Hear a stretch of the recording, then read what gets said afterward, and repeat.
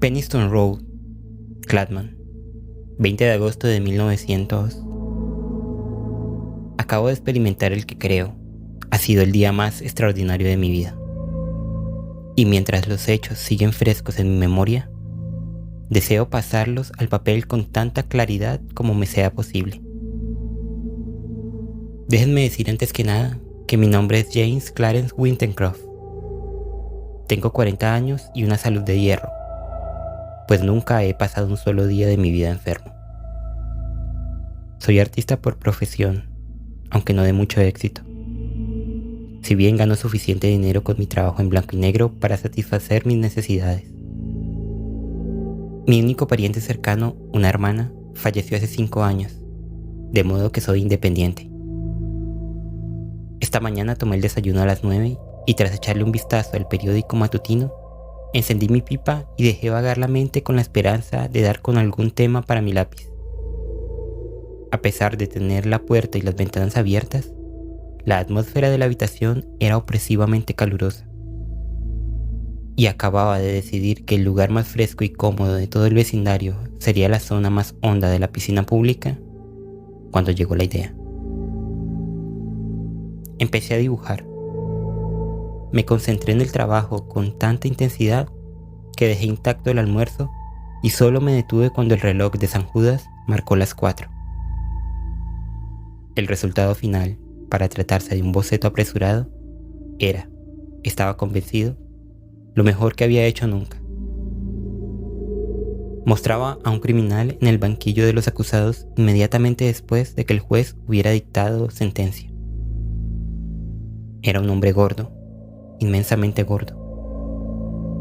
La carne colgaba exageradamente sobre su barbilla.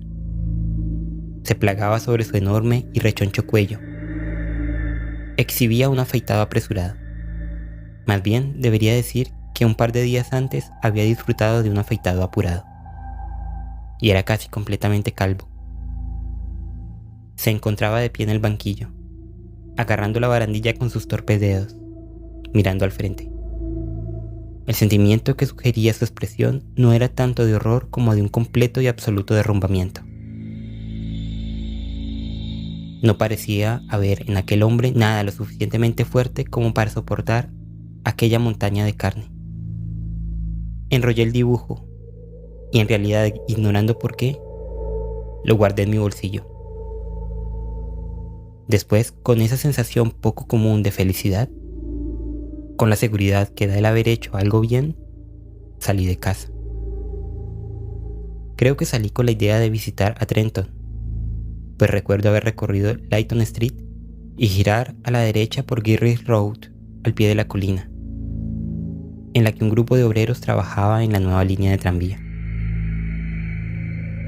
A partir de entonces, solo tengo un vago recuerdo de a dónde fui. Lo único de lo que era completamente consciente era del terrible calor, que ascendía de la capa de asfalto de la calle casi como una ola palpable. Deseé oír el trueno que parecía prometer los grandes bancos de nubes de color cobrizo que colgaban a baja altitud sobre el cielo occidental.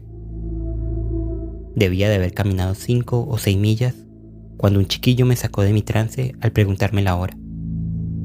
Faltaban 20 minutos para las 7. En cuanto el chiquillo se marchó, busqué referencias que me ayudaran a orientarme. Descubrí que me hallaba frente a una puerta que conducía a un patio rodeado por una franja de tierra sedienta, en la que había varias flores, morados alelíes y geranios escarlatas. Sobre la entrada había una madera con la inscripción: Atkinson, tallador, trabajos en mármol inglés e italiano. Desde el interior del patio llegaba un silbido alegre, el ruido reducido por los golpes de un martillo y el frío sonido del metal al chocar con la piedra. Un impulso repentino me hizo entrar. Había un hombre sentado, de espaldas a mí, trabajando en una losa de mármol curiosamente veteada. Se giró en cuanto oyó mis pasos y yo noté cómo los pies se me quedaban clavados en el suelo. Era el mismo hombre que había estado dibujando, aquel cuyo retrato llevaba en el bolsillo. Allí estaba, sentado, enorme y elefántico, con el sudor chorreándole por la calva, que se secó con un pañuelo rojo de seda. Pero aunque el rostro era el mismo, la expresión era completamente diferente. Me recibió con una sonrisa, como si fuéramos viejos amigos, y me estrechó la mano. Me disculpé por la intrusión. Hace tanto calor y el sol brilla tanto ahí afuera, dije, que esto parece un oasis en mitad del desierto. No sé yo qué decir sobre eso del oasis, respondió, pero desde luego hace calor, tanto calor como en el infierno. Siéntese, caballero. Señaló hacia uno de los extremos de la losa funeraria en la que estaba trabajando y me senté. Ha conseguido hacerse usted con una hermosa pieza de mármol, dije. Él negó con la cabeza. En cierto modo, sí lo es, respondió, pues la superficie de esta cara está perfectamente pulida. Pero, aunque imagino que usted nunca se daría cuenta, tiene una enorme tara en la parte trasera. Nunca podría hacer un trabajo realmente bueno con este mármol. Aguantaría bien durante un verano como este, ya que no se vería afectado por el maldito calor. Pero espere a que llegue el invierno. No hay nada como una buena helada para reventar los puntos débiles de una piedra. Entonces, ¿para qué es?, pregunté. El hombre se echó a reír. No sé si me creerá si le digo que es para una exposición, pero así es. Los artistas hacen exposiciones, al igual que los verduleros y los carniceros. También nosotros tenemos las nuestras. Lo último en lápidas, ¿sabe? Empezó entonces a hablar de las diferentes clases de mármol, cuál soportaba mejor el viento y la lluvia, y con cuál era más fácil trabajar. De ahí pasó a su jardín y a una nueva clase de clavel que acababa de comprar. Más o menos cada 2 minutos dejaba sus herramientas, se secaba la brillante calva y maldecía el calor. Yo hablé poco, pues me sentía incómodo. Había algo antinatural, misterioso, en mi encuentro con aquel hombre. Al principio intenté convencerme de que ya lo había visto con anterioridad, que su rostro, desconocido para mí, había encontrado cobijo en algún rincón remoto de mi memoria. Pero supe que estaba practicando poco más que un plausible intento de autoengaño. El señor Hutchinson finalizó su trabajo, escupió en el suelo y se levantó profiriendo un suspiro de alivio. Ya está. ¿Qué le parece?, dijo con un aire de orgullo evidente. La inscripción que leí entonces por primera vez era la siguiente: en sagrada memoria de James Clarence Whitcroft, nacido el 8 de enero de 1860. Falleció repentinamente el 20 de agosto de 1900. En la plenitud de la vida estamos en la muerte. Durante un rato permanecí sentado en silencio. Después, un escalofrío me recorrió la columna vertebral. Le pregunté de dónde había sacado aquel nombre. Oh, no lo he sacado de ningún sitio, respondió el señor Hutchinson. Necesitaba un nombre y utilicé el primero que se me ocurrió. ¿Por qué desea saberlo? Es una extraña coincidencia, pero resulta que es el mío. Dejó escapar un largo y grave silbido. ¿Y las fechas? Solo puedo responder por una de ellas. Y es correcta. Diablos, dijo, pero sabía menos que yo. Le conté lo de mi trabajo en aquella mañana. Saqué el boceto de mi bolsillo y se lo mostré. A medida que lo miraba, la expresión de su rostro se fue alterando más y más, hasta convertirse en la del hombre que había dibujado.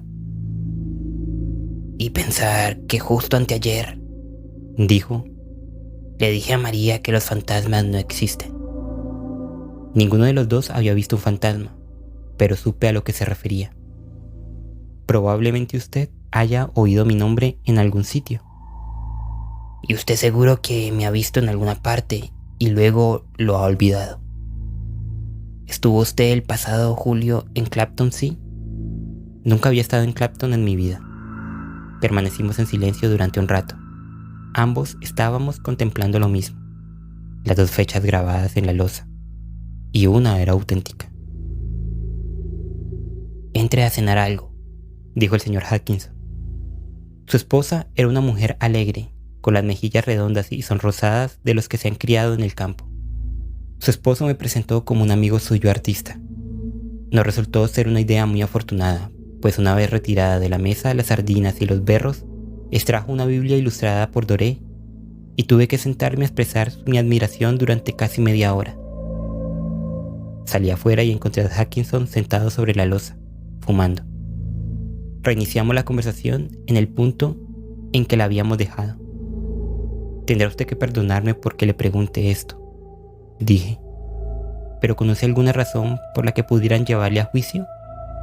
Él negó con la cabeza. No estoy en bancarrota. El negocio va lo suficientemente bien. Hace 3 años les regalé un pavo por Navidad a algunos de los guardas. Pero eso es todo lo que se me ocurre.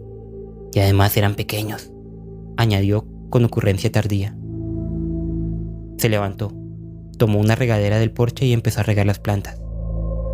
Con este tiempo tan caluroso hay que hacerlo al menos 2 veces al día, dijo. Y aún así, el calor acaba a veces con las más delicadas. Y los helechos, señor, no puede ni aguantarlo. ¿Dónde vive usted? Le dije mi dirección. Volver a casa me supondría 1 hora de caminar a buen ritmo. Así están las cosas, dijo. Abordemos el asunto claramente.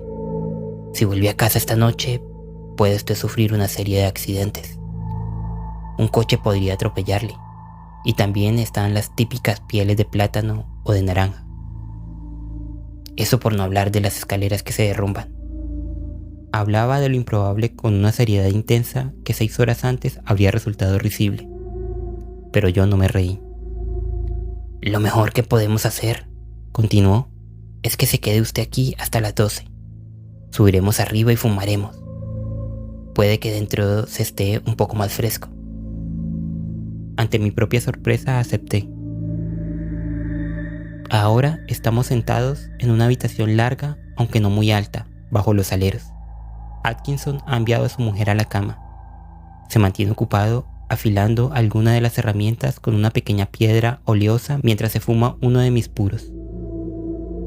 El aire está cargado con la amenaza de tormenta. Estoy escribiendo esto frente a una mesa inestable frente a la ventana abierta. Una de las patas está rota, y Atkinson, que parece un hombre hábil con las herramientas, va a arreglarla tan pronto como termine de darle filo a su cincel. Ya pasan de las 11. En menos de 1 hora me habré marchado. Pero el calor es sofocante. Un hombre podría volverse loco con tanto calor.